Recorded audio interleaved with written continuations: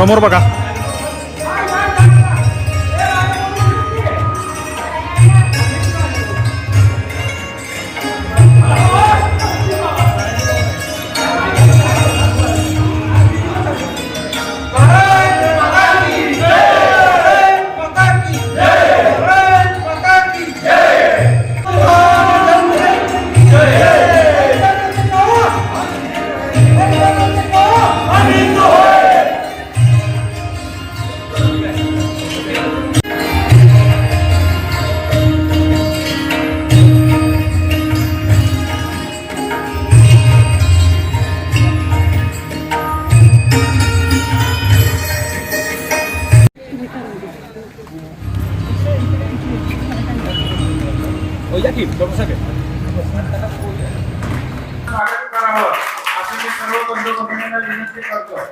प्रमुख पाहुण्यांचं आगमन झालेलं आहे. सुस्वागतम. कुटुंबियांपैकी आदरणीय आशा भोसले यांचं दुःखद निधन झालं. 8 दशक या देशामधल्या अनेक संमेलनाच्या पूर्वी आपण सर्वांनी 1 मिनिट उभं राहून आशाताईंना श्रद्धांजली वाहायची आहे.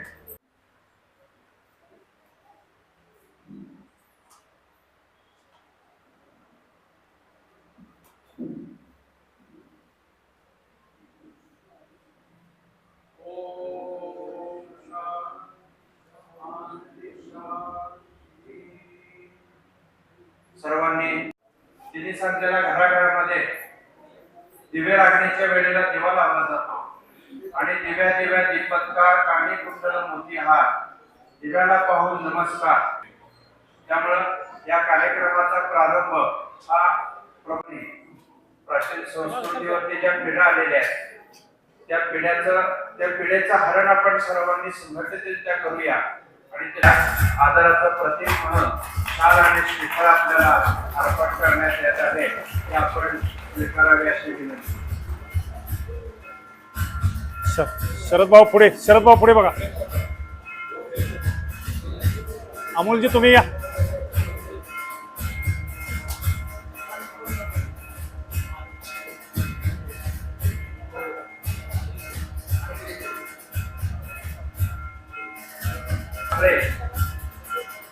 मातृशक्ती आणि नारी शक्तीची माणक्या तिथं देण्यासाठी उपस्थित आहे. त्यांचं स्वागत करण्यासाठी मी आदरणीय कविताताई मालदा यांना विनंती करतो की त्यांनी व्यासपीठावर यावं आणि पंक्तीताईंचा सत्कार करावा. मर्दाबाईंनी पुढे यायचं. आदरणीय पंक्तीताई यांना आदराचं प्रतीक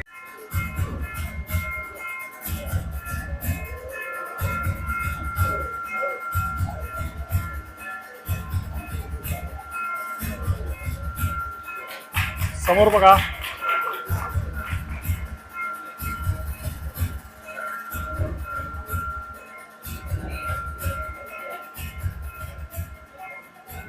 प्राणपणाला लावूया हिंदू सारे, हिंदू सारे, हिंदू सारे. उच्च नीच ताकणाला ढगढगच्या कर्तृत्वाने समाज रस रसता परवाचीन पुन्हा निर्मुया यत्नाने खचलेला अभिमान जागो पिचली हृदये सांधूया. हिंदू सारे, हिंदू सारे, हिंदू सारे. कृष्ण माझे गुरु सच्चिदानंद परब्रह्म डॉक्टर जयंत बाळाजी आठवले आपल्या गावचं ग्रामदैवत तसेच व्यासपीठावर उपस्थित संत महंत यांच्या चरणी प्रार्थना करते. व्यासपीठावर उपस्थित अन्य मान्यवर वक्ते आणि या ठिकाणी उपस्थित समस्त हिंदुत्वाची शक्ती आपल्याला सुद्धा नमस्कार करून माझ्या विषयाला सुरुवात करते. विषय दिलाय तो आहे कुटुंब प्रबोधन. तर मुळातच कुटुंबाचं प्रबोधन करण्याची आज काय आवश्यकता आलेली आहे या विषयावरती आत्मचिंतन करण्यासाठी आजचं हे संमेलन आहे. बघा, कुटुंब म्हणजे हिंदू धर्मात केवळ एक व्यवस्था नाही. कुटुंब म्हणजे संस्कारांची शाळा. पण मला सांगा, ही संस्कारांची शाळा म्हणजे कुठले संस्कार कुटुंबातून दिले गेले पाहिजेत, त्याचं आत्मचिंतन करण्याची आज वेळ आहे. आणि म्हणून आज कुटुंबातून कुठेतरी संस्कारांची कमतरता होत असल्यामुळे आज समाजामध्ये जी दुराचार वाढलेला आहे त्याला कारण काय आहेत, ती कारण शोधणं आणि त्याच्यावरती उपाय काढणं हे मनुष्य जन्माच्या किंवा मनुष्याच्या सुरक्षेसाठीचा एक गहन प्रश्न उभा आहे. आता या कुटुंबामध्ये सर्वात महत्वाची काय आहे तर ती स्त्री आहे. स्त्री का महत्वाची?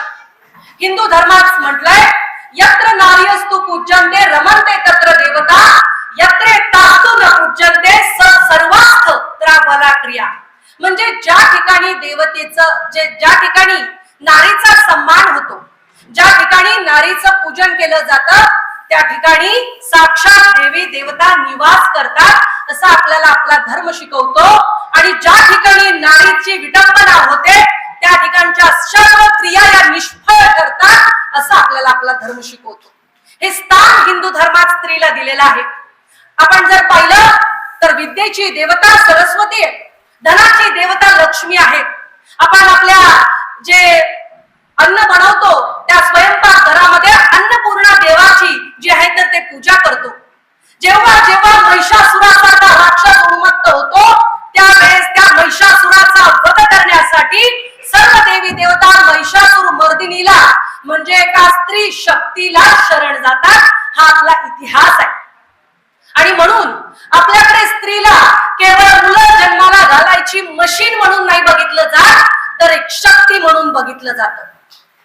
पण आज जर आपण स्त्रियांची स्थिती पाहिली तर ती काय बघा, एनसीआरटीच्या एका आकडेवारीनुसार 2019 ते 2021 या कालावधीमध्ये महाराष्ट्रामधून 1,97,400 मुली बेपत्ता आहेत.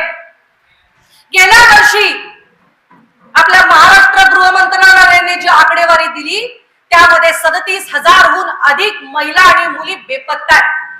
म्हणजे दिवसाला 103 मुली आणि महिला गायब होतात. या जातात कुठं? आज मोठ्या प्रमाणामध्ये जे आहे तर महिलांच्या तस्करी केली जाते.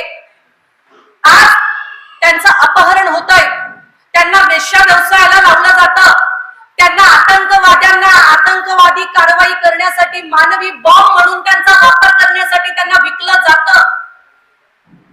त्यांना हे विकण्याचा भाग कोण करताय बघा, लव्ह जिहाद. छत्रपती शिवाजी महाराजांच्या काळात राजमाता जिजाऊंच्या जाऊबाईंना गोदावरीच्या तटावरून त्या महबत खानाने उचलून नेलं होतं. त्या काळी सुद्धा लव्ह जिहाद होता. का तर कुटुंब म्हणजे हिंदूंना नष्ट करायचं असेल तर सर्वात प्रथम त्यांची कुटुंब व्यवस्था नष्ट केली पाहिजे. आणि कुटुंब व्यवस्था नष्ट करायची असेल तर पहिली स्त्री भ्रष्ट केली पाहिजे. हा या शत्रूचा जो डाव आपण ओळखला पाहिजे. आणि त्यावेळेस सुद्धा तलवारीच्या जोरावरती आणि जबरदस्तीने आपल्या महिलांची आबरू लुटली जायची, त्यांना घेऊन जायचे, त्यांना गोमांस खायला घालायचे, त्यांचं जबरदस्तीने धर्मांतरण करायचे. त्या काळी राजमाता जिजाऊ रडत नाही बसल्या बघा, त्या पण स्त्रीच. त्यांनी आई तुळजा भवानीच्या पुढे साकडं घातलं की पुत्र देई ऐसा गुंडा जसा तिन्ही लोकी झेंडा. माझ्या पोटी असा महापराक्रमी पुत्र जन्माला येऊ दे जो या पाची पाचशांचा निपात करू शकेल. आणि त्या माऊलीला जे डोहाळे लागायचे ते कसे असायचे? तलवारबाजी करूया, म्लेच्छांशी युद्ध करूया. त्या ज्या ज्या गावात जायच्या त्या गावात त्या रामायण आणि महाभारताचं पारायण ठेवायला सांगायच्या. कारण त्यांना असं वाटायचं की माझ्या गर्भातील अपत्यावरती रामाचे आणि कृष्णाचे संस्कार व्हावेत. हल्लीच्या पुरोगामी महिलांसारखे शनीच्या चौतऱ्यावरती चढूया, मंदिराच्या गाभाऱ्यात घुसूया, 31 डिसेंबरच्या रात्री पुरुषांच्या खांद्याला खांदा लावून दारू पिऊया, असले धर्मपुडवे डोहाळे लागले नाहीत. आणि म्हणून त्या माऊलीला जे डोहाळे लागले होते ते हिंदवी स्वराज्याचे डोहाळे लागले होते. आणि त्यांचे डोहाळ्याची पूर्तता करण्यासाठी त्यांनी पुत्राला जन्म दिलाय, लक्षात घ्या. म्हणजे एक स्त्री काय करू शकते तर हिंदवी स्वराज्याची स्थापना करण्यासाठी प्रयत्न जे आहे ते सत्यात उतरवण्यासाठी पुत्र जन्माला घालू शकते, ही ताकद हिंदू स्त्रीमध्ये आहे. पण आजच्या हिंदू स्त्रीला कुठेतरी आत्म तेजाचा विसर पडलेला आहे. बघा, पूर्वी संध्याकाळी 7 वाजता कुटुंबामध्ये सर्वजण कुठे बसलेले असायचे? किमान आजी आजोबा नातवंडांना घेऊन कुठे असायचे बसलेले? तर देवाच्या पुढे 7 वाजता बसलेले दिसायचे. आणि संध्याकाळच्या वेळेस दिवा लावला जायचा, नातवंडांकडून आजी आजोबा स्तोत्र पठण करून घ्यायचे, नामस्मरण करून घ्यायचे, सात्विकतेचे संस्कार द्यायचे. जॉनी जॉनी यस पप्पा म्हणून खोटं बोलण्याचे संस्कार देत नव्हते. आणि म्हणून त्या काळची जी पिढी म्हणजे आपण कुठंतरी थोडंफार हिंदुत्व आपल्याला कळलं, त्यांनी जो आपल्यासाठी वेळ दिला म्हणून. पण हल्ली 7 वाजता कुठे दिसतात? कुठे दिसतात? गोजीरवाण्या घरात लाजीरवाने कार्यक्रम बघत. आई कुठे काय करते आणि त्या कार्यक्रमात तर आई बरंच काय करते. कुठल्या सर्वसामान्य कुटुंबामध्ये असं होतं मला सांगा की बाई तुझ्यावरती खूप अन्याय होतोय, तू दे हा नवरा सोडून आणि जा दुसरे? कुठल्या कुटुंबात होत? हे आपल्या माथी मारलं जाते. लक्ष शिकवतो, जी माता जो पिता व्यभिचारी असतो त्याची मुलं विकृत जन्माला येतात. आणि हल्ली ही जी विकृती आहे ना समाजामध्ये, ही ह्याला कारणीभूत आहे. कारण शुद्ध बीजापोटी फळ रसाळ गोमटी. बीज जर शुद्ध असेल तर फळ सुद्धा रसाळ जन्माला येतात. मग आता माझा एक प्रश्न आहे, आज आपण इथं हिंदू संमेलनाला जमलेलो आहोत. हिंदू या शब्दाची व्याख्या काय? आपण हिंदू आहोत, आपल्याला आपल्या मुलांना सांगायचंय हिंदू म्हणजे काय. बघा, मेरू तंत्र या ग्रंथामध्ये दिलेला आहे की हिंदू धर्माची व्याख्या लक्षात ठेवा. हिणान गुणान दूषयती इति हिंदू जाती विशेषः. मेरू तंत्रामध्ये दिलेली आहे. जो हीन गुणांचा त्याग करतो, चांगल्या गुणांचा अंगीकार करतो, तो हिंदू. ही हिंदू धर्माची व्याख्या आहे. कुणामध्ये असं हिंदुत्व आहे सांगा? हिंदुत्व म्हणजे जीवन जगण्याची, आचरण करण्याची सात्विक जीवन प्रणाली म्हणजे हिंदुत्व. आणि धर्म म्हणजे काय? आज धर्म म्हटलं, बघा, आपल्या हिंदूंचा अभ्यास नसतो, धर्माचं शिक्षण आपण देत नाही आणि म्हणून नाशिक सारखी घटना घडते. आपली पोरं धर्मांतर का होतात? का धर्म बदलतात? नोकरीसाठी. आज त्यांचं धर्मांतरण केलं जातं, त्यांचा ब्रेन वॉश केला जातो. का? तर घरात आपण त्यांना फक्त धर्म, अर्थ, काम आणि मोक्ष या 4 पुरुषार्थांपैकी धर्म आणि मोक्ष याचा आपण विचार करत नाही. केवळ अर्थ आणि काम, कमवा आणि भोगा, कमवा आणि भोगा. मग तो असा माणूस पशु होतो. आणि हेच आपण आपल्या मुलांना घरातून शिकवलं. मग खरं मला सांगा, आपण स्वतःला हिंदू म्हणवतो, कुठल्या कुटुंबातून खरे हिंदुत्वाचे संस्कार होतात? होत नाही. आणि त्यामुळे आज अधर्म बळकावलाय आणि हिंदूंच्याच मुली ज्या आहेत त्या फसतात. का? तर घरात आपण त्यांना हिंदू धर्म शिकवत नाही. आणि धर्म म्हणजे काय? जो धारण केला जातो तो धर्म. शंकराचार्यांनी धर्माची खूप अतिशय सुंदर व्याख्या सांगितलेली आहे. हल्ली राजकीय पॉलिटिकल एक अजेंडा असतो, धर्म म्हटलं की लगेच 2 कुठले तरी पंथ आले की लोक घाबरायला लागतात धर्म म्हटल्यावर. पण धर्म म्हणजे एवढी संकुचित व्याख्या नाही. जो समाजाला धारण करतो तो धर्म. जो समाजाची आर्थिक आणि पारमार्थिक आणि सामाजिक व्यवस्था निर्माण करतो तो धर्म. ही धर्माची व्याख्या आहे. आणि म्हणून आपण म्हणतो ना, शिक्षक धर्म, पत्नी धर्म, पती धर्म, शेजार धर्म. म्हणजे काय? तर जे जे कर्तव्य आहे ते उत्तम पद्धतीने निभावण्यासाठीची जी आचारसंहिता असते तो त्याचा धर्म असतो. मग जर हिंदू धर्म आहे तर बघा, हिंदू धर्म अतिशय व्यापक आहे. आपण देव मानत नाही म्हणून दगडाने ठेचून मारत नाही. आपल्याकडे नास्तिक लोक सुद्धा संत झालेले आहेत. आपल्याकडे 33 कोटी देवी देवता आहे. हे ऍडव्हान्स टेक्नॉलॉजी आपल्याकडे आहे, लक्षात घ्या. हे जोक करण्याची गोष्ट नाही. मला सांगा, पूर्वी सर्व जे आजाराला एकच वैद्य असायचा, नंतर टेक्नॉलॉजी ऍडव्हान्स झाली, मग काय झालं, सगळ्याला स्पेशलिस्ट आले. दातासाठी ENT specialist, dentist, cancer specialist, skin specialist आहे की नाही. म्हणजे जेवढं जेवढं ज्ञान प्रगल्भ होत जातं, ऍडव्हान्स होत जातं, तेवढे तेवढे त्याच्यातील तज्ज्ञ येतात. पण आपण आपल्या मुलांना धर्म शिक्षण घरात देत नसल्यामुळे त्यांना ती दिशा सापडत नाही. पण त्यासाठी आधी धर्म माहिती कुणाला पाहिजे, आधी आपल्याला माहिती पाहिजे. आणि म्हणून 6 भ हे आपण आचरणात आणले पाहिजे. लक्षात घ्या, हे हिंदू संमेलन म्हणजे केवळ इव्हेंट म्हणून जायचं नाही. घरी जाताना इथून कुटुंबातून हिंदू धर्माचे संस्कार होतील याचा संकल्प घेऊन आपल्याला घरी जायचंय. लक्षात घ्या. मग त्यातला पहिला संकल्प कृतीचा तो म्हणजे भाषा. बघा, आपल्याला जर आपला धर्म आणि संस्कृती जर जपायची असेल, कुठलंही राष्ट्र टिकायचं असेल, तर त्यासाठी आधी त्या ठिकाणची संस्कृती आणि धर्म टिकला पाहिजे, तर राष्ट्र टिकतं, नाहीतर राष्ट्र मृतवत होतं.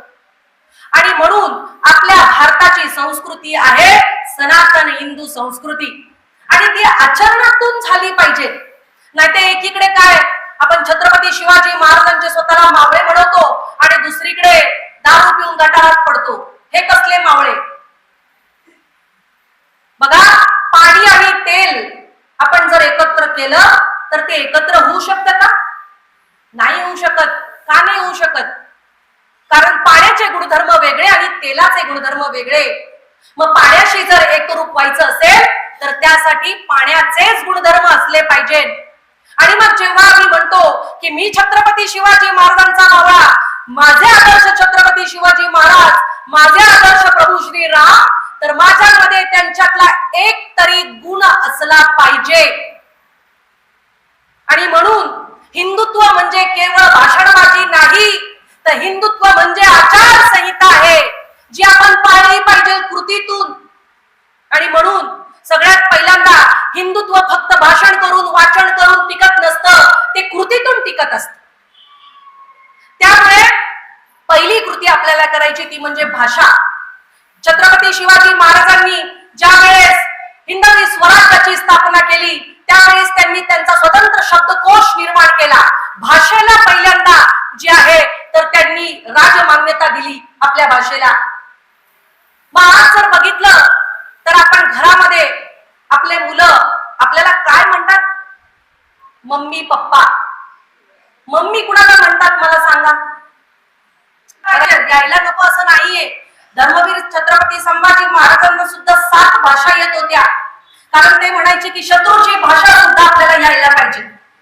भाषेचा कुठला विरोध नाही, पण मातृभाषा ही आपली अस्मिता आहे, ही आपली संस्कृती आहे, ही हिंदुत्वाची ओळख आहे. म्हणून आपण मातृभाषेचा पुरस्कार केला पाहिजे. दुसरी गोष्ट ही झाली भाषा. नंतर भूषा. आपलं जे वस्त्र आहे तर ते आपल्या किमान सणाला तरी आपण आपले पारंपरिक वेशभूषा केली पाहिजे, कारण ती आपली ओळख आहे. तोकडे कपडे घालून महिला आणि मुली सर्रास फिरत असतात, त्यांना कशाचं भान उरत नाही.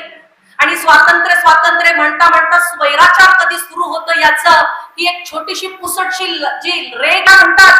तुम्ही तुमची दृष्टी बदला, आम्ही का कपडे बदलायचे? पण या असल्या महिलांमुळे, असे तोकडे अंग प्रदर्शन करणाऱ्या महिलांमुळे त्यांचे बलात्कार नाही होत. 4 वर्षाचे चिमूट. त्यासाठी काय करावं लागेल तर घरातून आपल्याला हिंदू धर्माचं शिक्षण दिलं पाहिजे. केवळ काहीतरी काल्पनिक कादंबऱ्या वाचण्यापेक्षा आपले जे धर्मग्रंथ आहेत त्या धर्मग्रंथांचा अभ्यास सुरू करा. मुलांना ते शिकवा. उत्तम चारित्र्य निर्मिती हे हिंदुत्वाचं ध्येय आहे. उत्तम चारित्र्याची निर्मिती. आणि चारित्र्य उत्तम असेल तरच राष्ट्र उत्तम असू शकतं. आणि म्हणून समाज व्यवस्था आदर्श होण्यासाठी आधी कुटुंब व्यवस्था चारित्र्य संपन्न होणं गरजेचं आहे. आणि म्हणून आता भजन का तर बघा, आपल्याला ना हल्ली सगळं आपण करतो, पण साधना करतो का मला सांगा? साधना आपण करत नाही. साधना का करायची? नामस्मरण का करायचं? छत्रपती शिवाजी महाराज जेव्हा जेव्हा मोहिमेला तेव्हा त्या आधी आई तुळजाभवानीचं ध्यान करायचं. त्यांच्या गळ्यात कवड्याची माळ होती. ते सतत जगदंब जगदंब त्यांच्या मुखात असायचं. ते कधीच म्हटले नाही हे राज्य व्हावं ही माझी इच्छा, असं ते कधी म्हटले नाही. ते काय करायचे, हे राज्य व्हावं ही श्रींची इच्छा. म्हणजे ते नेहमी कर्तृत्व देवाला द्यायचे. बघा लक्षात घ्या, धर्माचरण महाराजांच्या अंगात होतं. त्यांनी स्वतः आधी धर्म जगला. मावळ्यांकडून सुद्धा प्रत्येक मोहिमेच्या आधी ते हर हर महादेवची घोषणा करून घ्यायचे, महादेवाचं नामस्मरण करून घ्यायचे आणि मग मोहीम करायचे. बळ येतं ना त्याने. आणि म्हणून समर्थांनी सांगितलंय की सामर्थ्य आहे चळवळीचे, जो जे करील तयाचे, परंतु तेथे भगवंताचं अधिष्ठान पाहिजे. आणि म्हणून आपल्याकडे आध्यात्मिक बळ असणं अत्यंत आवश्यक आहे. हल्ली शारीरिक बळ आहे, मानसिक बळ तर पुन्हा कुठे आहे मानसिक बळ मला सांगा. मनोबळाचा कोण विचार करते?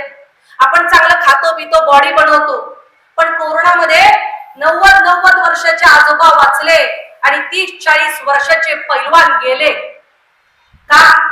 घाबरून. मनोबलच नाहीये, शारीरिक बळ आहे. मग मनोबल वाढवायचं असेल तर त्यासाठी धर्माचं आचरण आणि नामस्मरण साधना करणं आवश्यक आहे. तेव्हा आध्यात्मिक बळ निर्माण होईल. आपल्या मुली ज्या आहेत त्या लगेच त्यांचं ब्रेन वॉश होतं. का? तर उपासनेचं सामर्थ्यच नाहीये. कुठली मुलगी देवळात पाया पडायला जाते सांगा? काही जात पण असतील, पण किती जणी जातात त्याचा रेशो आपण बघितला तर फार कमी आहे. किती जण नामस्मरण करतं? मग ह्या लफ्जामध्ये फसणारच आहेत ना, त्यांना वाटणारच आहे मेरा अब्दुल वेसा नाहीये आणि मग सापडतात फ्रीज मध्ये. मग ह्यासाठी त्यांना आपण रोज संध्याकाळी जे आहे तर कुलदेवीचं नामस्मरण त्यांच्याकडून करायला आपण सुरुवात करूया.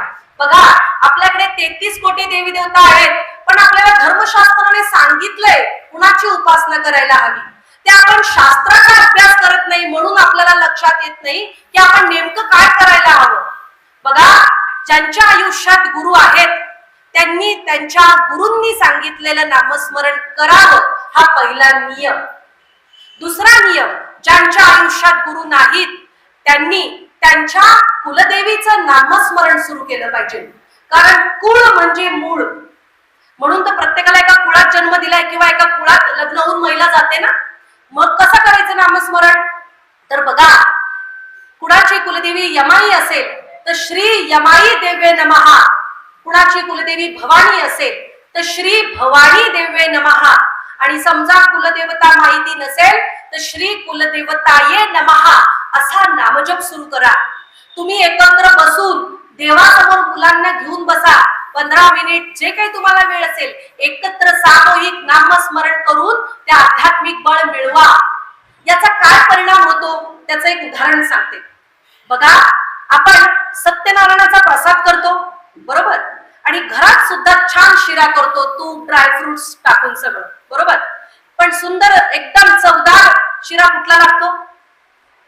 प्रसादाचा. का बरं? दोन्ही मध्ये तर सेमच घटक घेतले ना. मग फरक कशात होता? फरक होता विचारांमध्ये, स्पंदनांमध्ये, व्हायब्रेशन्स मध्ये. काय? तर स्वयंपाक करताना त्या महिलेचा किंवा त्या आचार्याचा असा भाव होता की हा प्रसाद आहे, ते देवाचं चिंतन होतं. आणि म्हणून त्या शिऱ्यात इतकी गोडवा येतो की छोटासा कणभर शिरा खाल्ला तर पोटभर मनभर प्रसादाचा आनंद आपण लुटू शकतो. ही ताकद या नामस्मरणामध्ये. आणि बघा बऱ्याच महिलांना सवयीतून जपणं ही काळाची आवश्यकता आहे. जर आपल्याला वाटत असेल आपली मुलगी लव्ह जिहाद मध्ये अडकायला नको, धर्मांधांसोबत पळून जायला नको, जर आपल्याला वाटत असेल आपला मुलगा हा आदर्श असला पाहिजे, तर घरातून आधी हिंदुत्वाचे संस्कार द्या. आणि केवळ संस्कार नाही तर कृती करवून घ्या.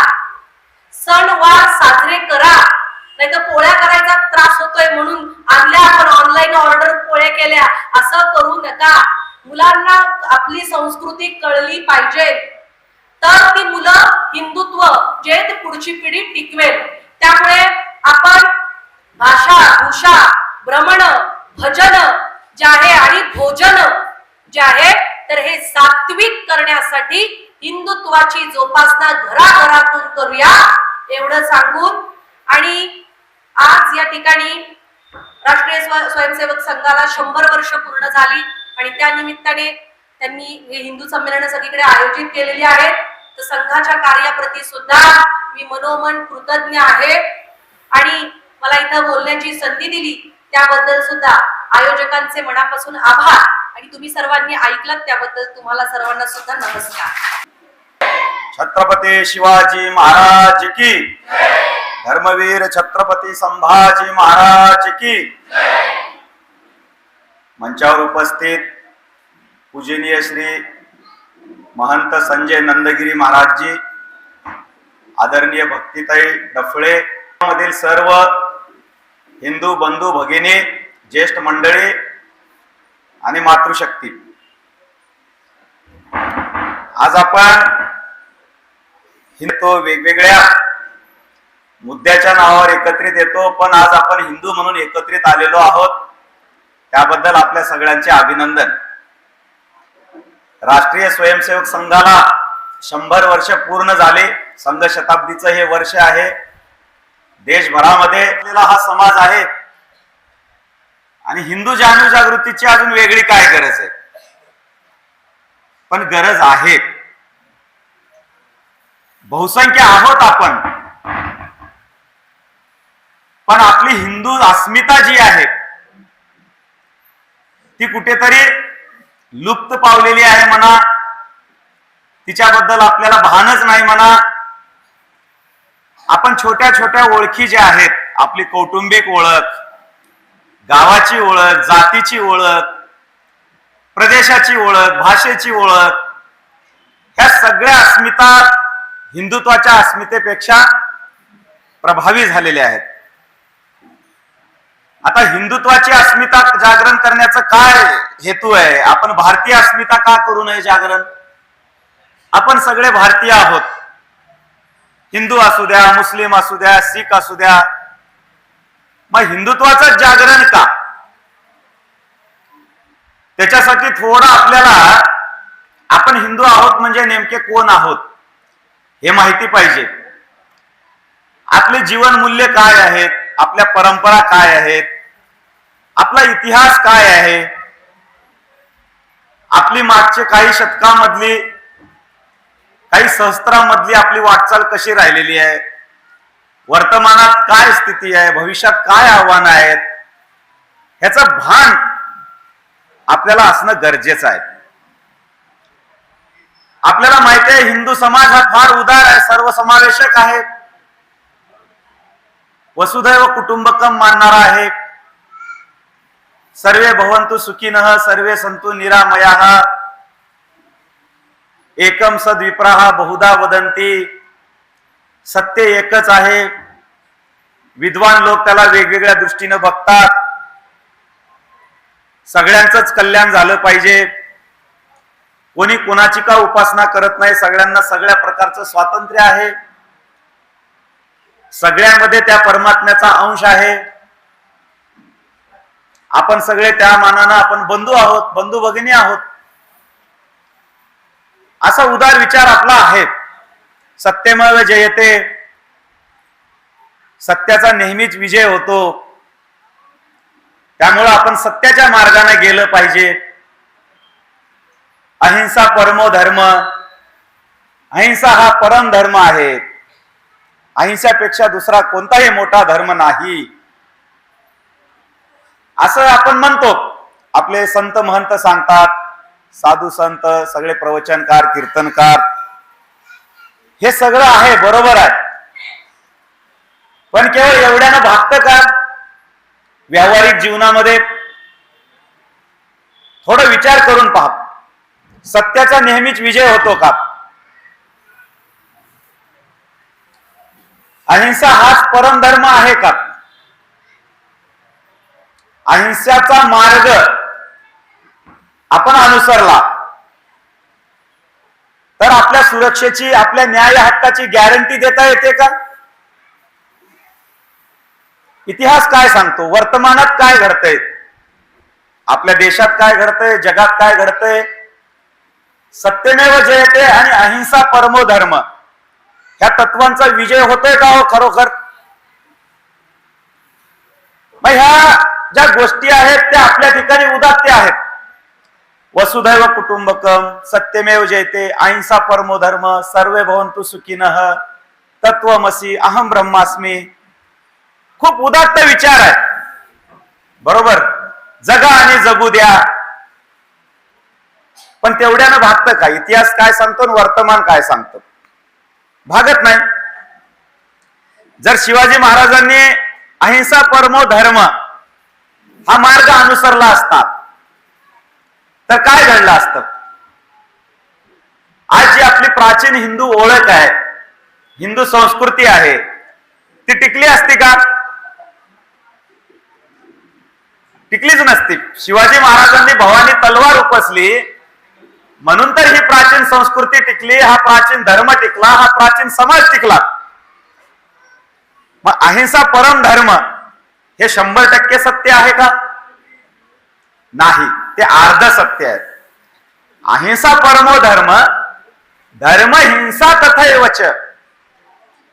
अहिंसा हे एक उदात्त मूल्य आहे, कुणी नाकारत नाही. पण तेवढ्यानं भागत नाही. धर्म हिंसा तथैवच. त्यामुळे अहिंसा परमो धर्म हे पूर्ण खरं नाही. अहिंसा परमो धर्म, धर्म हिंसा तथैवच.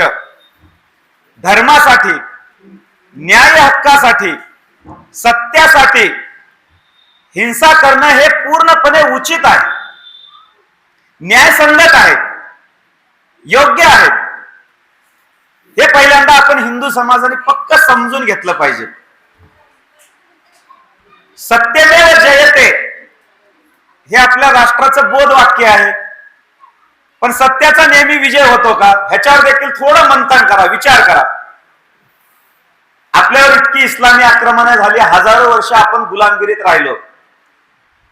आपण असत्याच्या बाजूचे होतो म्हणून झाली का? आपली भूमिका न्यायसंगत नव्हती म्हणून झाली का? आपल्याकडे मानवतावादी उदार विचार नव्हता म्हणून आपण गुलामगिरीत जगलो का? नाही. आपला एक उदार, सर्वसमावेशक, मानवतावादी विचार, एवढी उदात्त संस्कृती आपली, पण आपल्याकडे एक इस्लामी आक्रमणांची मालिका झाली, खूप मोठे अन्याय अत्याचार झाले, पारतंत्र्यात शेकडो वर्ष जगलो आपण.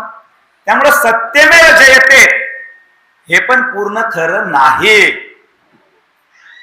ते एक उदात्त मूल्य आहे, पण खरं मूल्य काय आहे?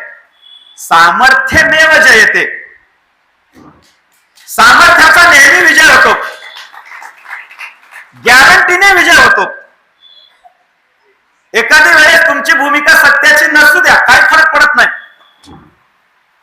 पण सामर्थ्याशी तुम्ही जर कॉम्प्रोमाइज केलं तर तुमचा पराभव निश्चित आहे. त्यामुळे हे लक्षात ठेवा, सामर्थ्यमेव जयते, सत्यमेव जयते हे उदात्त मूल्य आहे. ते साधू संतांनी सांगायचं मूल्य आहे. पण आपण समाज म्हणून, किंबहुना एक राजकीय व्यवस्था म्हणून देखील विचार करत असताना पक्क लक्षात ठेवलं पाहिजे, सामर्थ्यमेव जयते. अहिंसा परमो धर्म हे उच्च मूल्य आहे, पण तेवढ्यानं काही भागत नाही. अहिंसा परमो धर्म, धर्म हिंसा तथैवच. आपले सगळे देवी देवता बघा, देवी देवतांनी हातात शस्त्र घेतलेत, ते काय फॅशन म्हणून घेतलेत का? प्रभू रामचंद्रांच्या हातात धनुष्य बाण आहे. कशासाठी आहे ते? भगवान कृष्णाच्या हातात सुदर्शन चक्र आहे. कशासाठी आहे? दुर्गा मातेच्या हातात अनेक शस्त्र आहेत. कशासाठी आहेत? आपण त्यांचं पूजन करतो, सण उत्सव साजरे करतो. भगवान शंकराच्या हातात त्रिशूळ आहे. ते काही मोंड झालेलं नाहीये, टोकदार आहे. कशासाठी आहे ते? अधर्माचा, अन्यायाचा नाश करण्यासाठीच आहे ना. मग सत्य अहिंसा, सत्य अहिंसा हा जप आपण कधीपासून गायला लागलोय? म्हणजे त्याची आपल्याला एक बुट्टी पाजली गेली, आपला ब्रेन वॉश झालाय की सत्य अहिंसा ह्याच्यानं सगळे प्रश्न सुटू शकतात, असा आपला ब्रेन वॉश केला गेलाय. पण हे कायम लक्षात ठेवा, सत्य अहिंसा उदात्त मूल्य आहेत, पण खरी वस्तुस्थिती आहे सामर्थ्यमेव जयते धर्म हिंसा तथैव च. आता आपली मूल्य तर आपल्याला माहिती आहेत, पण आपला इतिहास काय आहे? कारण इतिहासातूनच आपली ओळख निर्माण होते. तुमची आमची हिंदू म्हणून जी ओळख आहे ती काही एका रात्रीतून घडत नाही. त्याला हजारो वर्षांचा इतिहास असतो. त्यातून घडलेले महापुरुष असतात, आदर्श असतात, आपले काही प्रेरणास्थान असतात. तर असा आपला इतिहास काय आहे, आपले आदर्श महापुरुष कोण आहेत, आपली प्रेरणास्थान कोण आहेत, ह्याचं देखील भान आणि जाण आपल्याला असणं गरजेचं आहे. आपल्याकडे आक्रमण झाली सगळ्यांना माहिती आहे. त्याच्या विरोधात आपल्या हिंदू पूर्वजांनी संघर्ष केला, यशस्वी संघर्ष केला, ते देखील आपण जाणतो.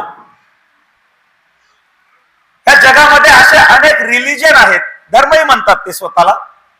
धर्म का रिलिजन हा आता पुन्हा वेगळा मुद्दा आहे, पण आहेत अब्राहमिक रिलिजन. ते विस्तारवादी आहेत, आक्रमणकारी आहेत आणि धर्मांतरावर विश्वास ठेवणारे आहेत. संपूर्ण पृथ्वी ही आपल्या धर्मानेच व्यापली पाहिजे अशा त्यांचे धर्मज्ञ आहेत, उद्दिष्टच आहे त्यांचं. त्यांचे ते सामूहिक आकांक्षा आहेत. त्याच्याकडे जर आपण दुर्लक्ष केलं तर आपलं अस्तित्व कायम राहू शकत नाही. आपल्याला जे संपवू इच्छितात तो शत्रू कोण आहे? या व्यावहारिक जगामध्ये शत्रू असतोच. तो शत्रू ओळखला पाहिजे, समजून घेतला पाहिजे, त्याचा विचार काय आहे ते जाणलं पाहिजे. हजार वर्ष आपल्यावर आक्रमण झाली, त्यांच्याशी आपण लढाई दिला, पण त्या आक्रमणकर्त्यांचा मूळ विचार काय होता ते आपण समजून घेण्याचा कधी प्रयत्न केला का? ते कशासाठी करतात हे सगळं? आपले मंदिरं का पाडली त्यांनी? आपल्या देवी देवतांच्या मूर्त्या का फोडल्या? आपल्याला तो मूळ विचार समजून घ्यावा लागेल. तो काय आहे? आपण म्हणतो सर्व धर्म समान शिकवण देतात, सर्व धर्म समभाव, सर्व धर्म समान शिकवण देतात. काय खरा तो एकची धर्म जगाला प्रेम अर्पावे, साने गुरुजी आपले. पण ते खरं आहे का? उदात्त विचार आहे, पण ती वस्तुस्थिती आहे का? नाहीये. या जगात असे सोकॉल्ड धर्म रिलिजन आहेत जे संपूर्ण मानवतेची विभागणी करतात. आपली शिकवण काय आहे? आपली सर्वोच्च निष्ठा देशावर असली पाहिजे, आपल्या संविधानावर असली पाहिजे. बरोबर? देशहित आणि आपल्या समाजाचं जातीचं हित ह्याच्यामध्ये जर विरोधाभास आला तर आपण देशाच्या हिताला प्राधान्य दिलं पाहिजे. हा राष्ट्रवादाचा विचार आपल्या मुळाशी आहे. आणि आपण हिंदू समाज 84% होता, म्हणजे त्याच्यात मी शीख धरत नाही 84 मध्ये. तसं बघितलं तर शीख वगैरे सगळे धरलं तर 92% होतो आपण. हिंदू समाज म्हणतोय फक्त स्वतःला हिंदू लिहिणारा आपल्या कागदपत्रावर 84 वरून 78 वर आलाय. आपलं तसं काय संघटन आहे? काय आपली कशा प्रति निष्ठा आहे? बरं, आपल्या महान पूर्वजांनी जो संघर्ष करून हा टिकवला समाज, बहुसंख्य आहोत आजही आपण ह्या देशामध्ये शिवाजी महाराजांमुळे. त्यांचं तरी जीवनचरित्र नीट समजून घेण्याचा प्रयत्न केला का आपण? आपल्याच काही अवलादी त्यांना सर्वधर्म समभावी होते, सेक्युलर होते अशी बोंब मारायला लागलेत. मग वर्तमानात लढण्यासाठी तुमच्या समोर आदर्श महापुरुषच राहणार नाहीत, प्रेरणास्थानच शिल्लक उरणार नाही. बळ तुम्हाला कुठून मिळणार आहे? शिवाजी महाराजांच्या जीवनचरित्रातलं हिंदुत्वच काढून घेतलं. करत बसा, किती जयंत्या पुण्यतिथ्या साजऱ्या करा, डीजे लावा, कोणाला काय फरक पडतो? त्यातून जर प्रेरणाच घेणार नसू आपण आणि वर्तमान आव्हानाचा सामनाच करणार नसू तर जयंत्या पुण्यतिथ्या किती करा, हो काय फरक पडतो? एक मौज मजा मस्ती होईल, तेवढंच दंगा होईल बस. शिवाजी महाराजांनी आपल्याला काय शिकवलं? त्यांच्या जीवनचरित्राचा हेतू काय आहे? शिवाजी महाराजांना हिंदू राज्य स्थापन करायचं होतं, या हिंदू संस्कृतीचं समाजाचं रक्षण करायचं होतं. हे मूळ हेतू आहे शिवचरित्राचा. आपण गुरफटून बसलो शिवचरित्राच्या बाह्य अंगामध्ये. काय? शिवाजी महाराजांनी अफजल खानाचा कोथळा काढला, शाहिस्ते खानाची बोट कापली आग्र्याहून सुटका करून घेतली, पन्हाळ्याहून निसटले. हे सगळं पराक्रम शौर्य शिवाजी महाराजांचं जग जाहीर आहे. अत्यंत रोमांचकारी आहे, प्रेरणादायी आहे. त्याच्यावर पोवाडे गायले पाहिजेत, नाटकं साजरी केली पाहिजेत, तरुणांना त्यातून मुलांना प्रेरणा मिळते. हे सगळं बरोबर आहे, पण त्याचा गाभा जर आपण मिस केला ना तर केवळ हे बाह्यांग करण्यामध्ये काही अर्थ नाही. गाभा काय, हे कशासाठी केलं महाराजांनी? ते काय स्पायडरमॅन सुपरमॅन सारखी एक चित्रपटाची कहाणी होती काय? आणि ह्या आमच्या महान संस्कृतीचं समाजाचं रक्षण करणे हा मूळ हेतू आहे. जन्मभूमी आहे. छत्रपती शिवाजी महाराजांच्या पदस्पर्शाने पावन झालेली ही भूमी, तसेच आपण या देशामध्ये राहतो, या महाराष्ट्रामध्ये राहतो, ही आपली जगदंबा भारत माता, या सर्वांना वंदन करून आणि आज इथे व्यासपीठावरती असलेले उपस्थित वक्ते, तसेच आज समोर असलेले आमचे बंधू भगिनी, या सर्वांना माझा मानाचा श्रीराम वंदना करतो. आज आपण इथे सगळे एकत्रित आलेलो आहोत. कशासाठी आलो हे तुमच्या लक्षात आलं असेल. कशासाठी आलोय? तर हिंदू हा शब्द कशासाठी महत्वाचा, का बरं इतकं आपल्याला एकत्रित येऊन हे सगळं आचरण करायचं आहे आणि कशासाठी करायचं आहे? मी जास्त वेळ घेत नाही, का तर आपल्या या ताईंनी आणि दादांनी खूप सुंदर असं वक्तव्य सादर केलं. हे मला वाटतं प्रत्येकाला ते कळलं असेल की आपण कशाबद्दल इथं एकत्रित आलेलो आहोत. हिंदू हा एकच धर्म आहे असा नाही आहे, तर याच्यामध्ये मानवता देखील हा धर्म आहे. आज इथे लिहिलेलं आहे की जातपात विसरूया आणि हिंदू म्हणून एक होऊया. जात विपात विसरण्यासाठी, आपण इथं एकत्रित येण्यासाठी मानवता हा धर्म आहे. तर त्याच्यासाठी आज इथे या आपण व्यासपीठावरती आपले जे वक्ते आत्मापुरे सर यांनी जे सांगितलं की आज प्रत्येक देवी देवतांच्या हातामध्ये शस्त्र आहेत. प्रभू रामचंद्राने हातामध्ये शस्त्र घेतलं, ते धनुष्यबाण कशासाठी घेतलं? फॅशन म्हणून घेतलं का? श्रीकृष्णाने हातामध्ये सुदर्शन चक्र घेतलंय, कशासाठी घेतलं? फॅशन म्हणून घेतलं का? जगदंबा देवीने हातामध्ये त्रिशूळ घेतलं, हे कशासाठी घेतलं? हे मला तुमच्याकडून ऐकायचं आहे. लढा देण्यासाठी, समोर जो आपला धर्माचा नाश करण्याचे जो कोण पाऊल उचलतोय त्याचा सत्यानाश करण्यासाठी या शस्त्राचा आपल्याला इथे वापर करायचा आहे. मग रावण देखील आपला हिंदूच होता, कंस देखील हिंदूच होता. पण विचार बघा, प्रभू रामचंद्र आणि रावण यांच्यात काय मतभेद होत? काही नाही, फक्त विनाशकाले विपरीत बुद्धी होती.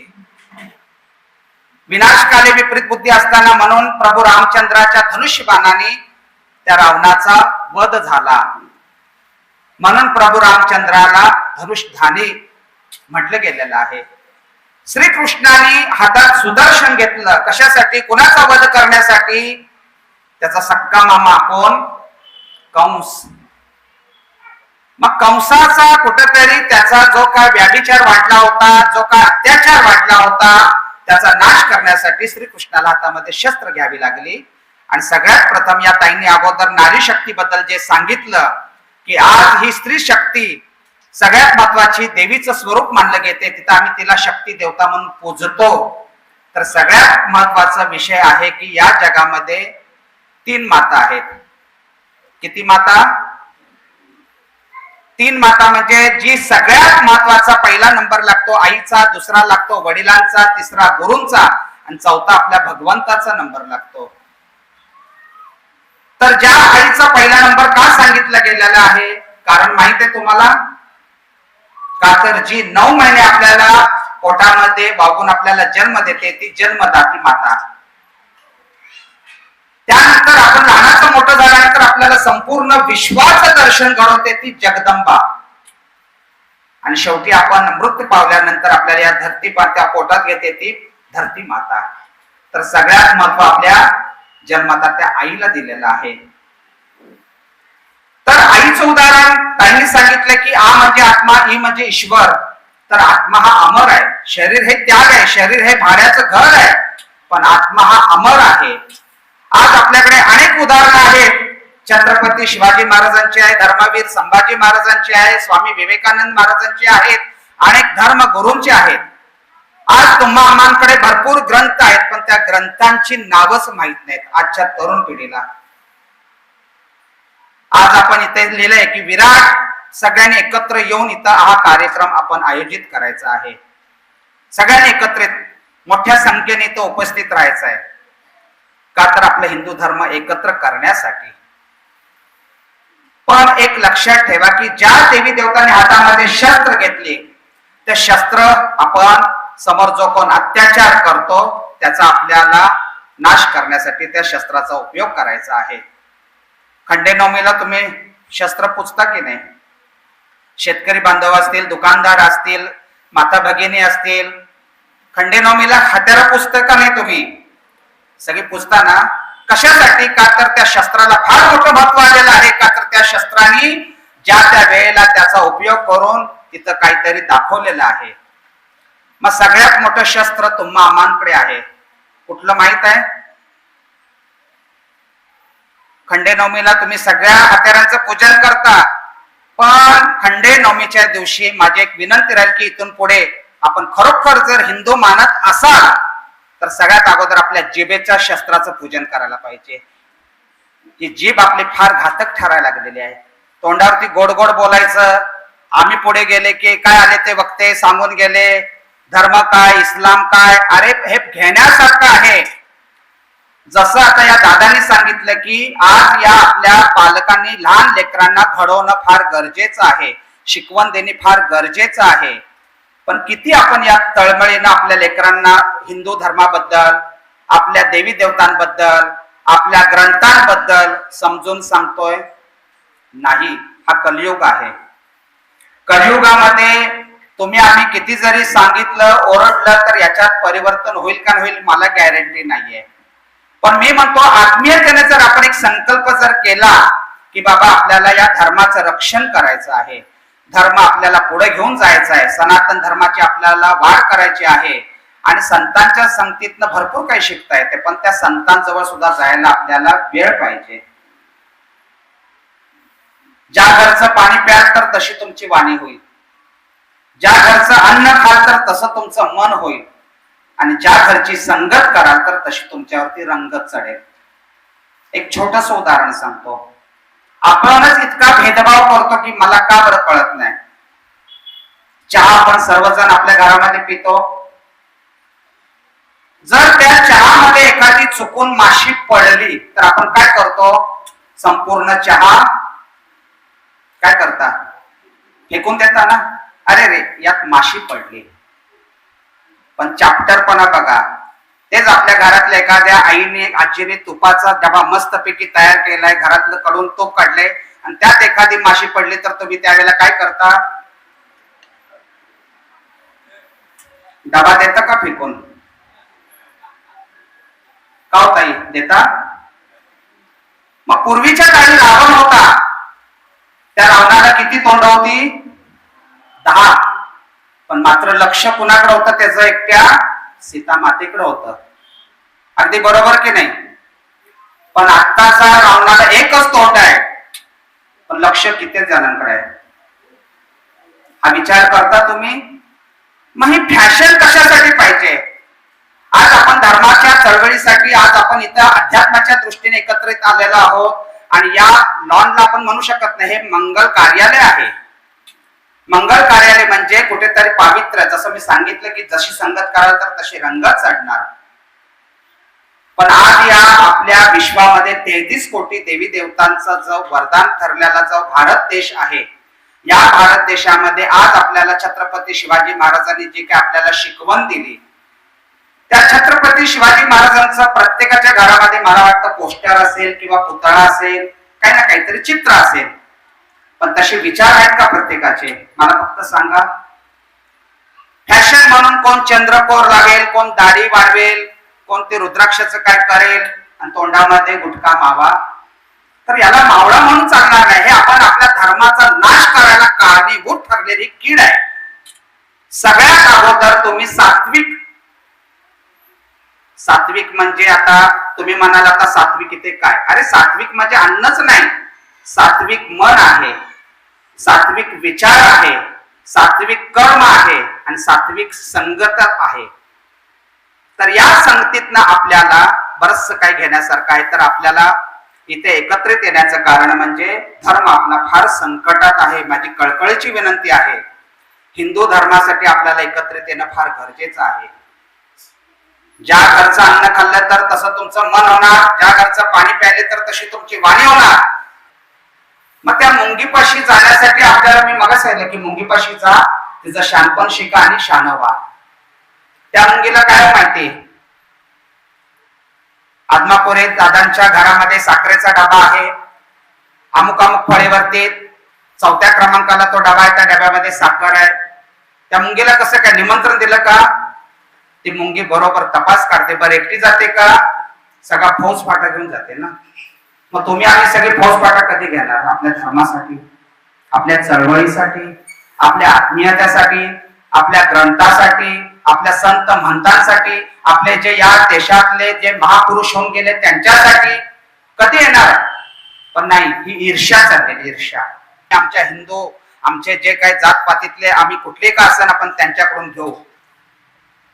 आता आपण काय म्हणतो? पहिल्यासारखे दिवस राहिले नाही म्हणतो की नाही? दिवस तेच आहेत हो, फक्त माणसं राहिली नाहीत पहिल्यासारखी.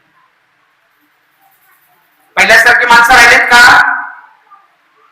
पहिली माणसं आली की सगळी जण राम नमस्कार, राम राम सगळे म्हणायचे. आता तसा काळ आहे का? नाही. आता युग आले तुमचं, हे हातात धरतो त्याला काय म्हणतो आपण? 4 अक्षर मोबाईल. एक प्रकारे ठेवलेली ती बाईल आहे. मो बाजूला काढायचा, मो बाजूला काढा. 3 अक्षर शब्द काय? पण तिला इतका तुम्ही जीव लावता की विचारू नका. आणि मग तसे आपल्या एखाद्या पोती पोराला जीव लावा ना. आणि आमचं बाळ रडायला लागले की आमच्या माता भगिनी पहिलं मोबाईल देतं, ग बस ते कार्टून बघ, मला काम करायचं आहे. चूक कुणाची आहे? चूक कुणाची आहे? मान्य करा ना. हा भगवंताचा दरबार आहे, हा आपल्या हिंदू धर्माचं संमेलन नाही, हा न्यायदेवतेचा दरबार आहे. आज इथं तुम्हाला ठरवायचंय की आपण आपल्या मुलांना खरी शिकवण देतो की खोटी शिकवण देतो की चुकीची शिकवण देतो. आपण सर्वजण आंघोळ करतो कुठे? आपल्या घरातल्या कुठे आपण आंघोळ करतो? पूर्वी न्हाणी घर होते, उदाहरण न्हाणी मोरी, आता बाथरूम. त्या बाथरूमचं पाणी कुठं जातं? आपल्या गटारामध्ये. गटाराचं पाणी कुठं जातं? नाल्यामध्ये. नाल्याचं पाणी कुठं जाते? मोठ्या नाल्यामध्ये. आणि मोठ्या नाल्याचं पाणी जातं ओढ्यामध्ये, ओढ्याचं पाणी जातं नदीमध्ये. आणि नदी कुणाला जाऊन भेटते? मोठ्याने बोला ना, मला ऐकायला आलं नाही. समुद्राला जाऊन भेटते. आपल्या घरातलं आंघोळ केलेलं पाणी गटारीला जातं. ते गटारीतलं पाणी प्रवेश करत करत करत करत ती समुद्राला जाऊन भेटते. आणि त्या समुद्रातनं जन्म घेते ती लक्ष्मी माता. लक्ष्मीचा पिता कोण? समुद्र. लक्ष्मी माहित आहे ना? लक्ष्मी धनाची लक्ष्मी नाही. ज्या घरामध्ये लक्ष्मी पाणी भरते, जिथे विचार चांगले, कर्म चांगले, आचरण चांगलं, पावित्र्य चांगलं, सगळ्या गोष्टी चांगल्या चालतात, त्या ठिकाणी मात्र लक्ष्मीचा वास असतो. मी जरी कोल्हापूर महालक्ष्मीचा उपासक जरी असलो तर आम्ही लक्ष्मीच्या मायेत कधी अडकलेलं नाही. आम्हाला साधना महत्वाची आहे. आणि लक्ष्मी काय करायचं? अरे असं कर्म करा. जो तो उठलाय प्रत्येक जण पैशाच्या मागे लागलाय. कसा कमवताय तसा पैसा कमवताय प्रत्येक जण. याला जबाबदार आपण सगळेजण एक आहोत. पालक आहे याला जबाबदार. आणि पालकांनी जर ही चुकीची शिकवण जर दिली तर त्याला काय करायचंय? वाईट. पूर्वी आमच्या जमान्यात आई आमची मस्तपैकी शेवाया उकडून द्यायची, पाटावर वाळलेल्या शेवाया. तर माझ्या लेकीने मस्त केली. हे लेक आमचे हुशार झाले, मॅगी एक नंबर. बायकोला जरा पाठीत चमक बसले की अहो येताना जरा हॉटेलमधनं जरा पार्सल आणा, तुमचं मन होणार. ज्या घरचं पाणी प्याल तशी तुमची वाणी होणार. म्हणून परान्न जास्त कधी खाऊ नका, ही माझी तुम्हाला सर्वात मोठी विनंती आहे. घरचं अन्न ते श्रेष्ठ अन्न आहे. परान्न कधीच अन्न खाऊ नका, परधन कधी घेऊ नका, आणि परस्त्री कधी व्याभिचार करू नका. आज आपल्या मुलींची अब्रू आहे. आज आपल्या मुलींना जे काय आपल्याला शिक्षण द्यायचं आहे तर या कवळ्या वयातच द्यायला पाहिजे.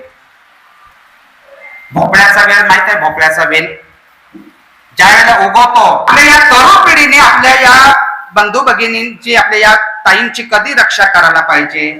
जो कोण छेडछाड करत असेल तर त्यावेळेला आपण चार एकत्र येऊन त्या मुलाला जाब विचारला पाहिजे. शुभम करोति कल्याणम आरोग्यम धन संपदा शत्रुबुद्धी विनाशाय दिव्या दिव्या दीपत्कार काने कुंडल मोतीहार. दिव्याला पाहून नमस्कार. दिवा लावला तुळशी पाशी, उजेड पडला देवापाशी. घरात निडा पिडा बाहेर जाऊन देन, बाहेरची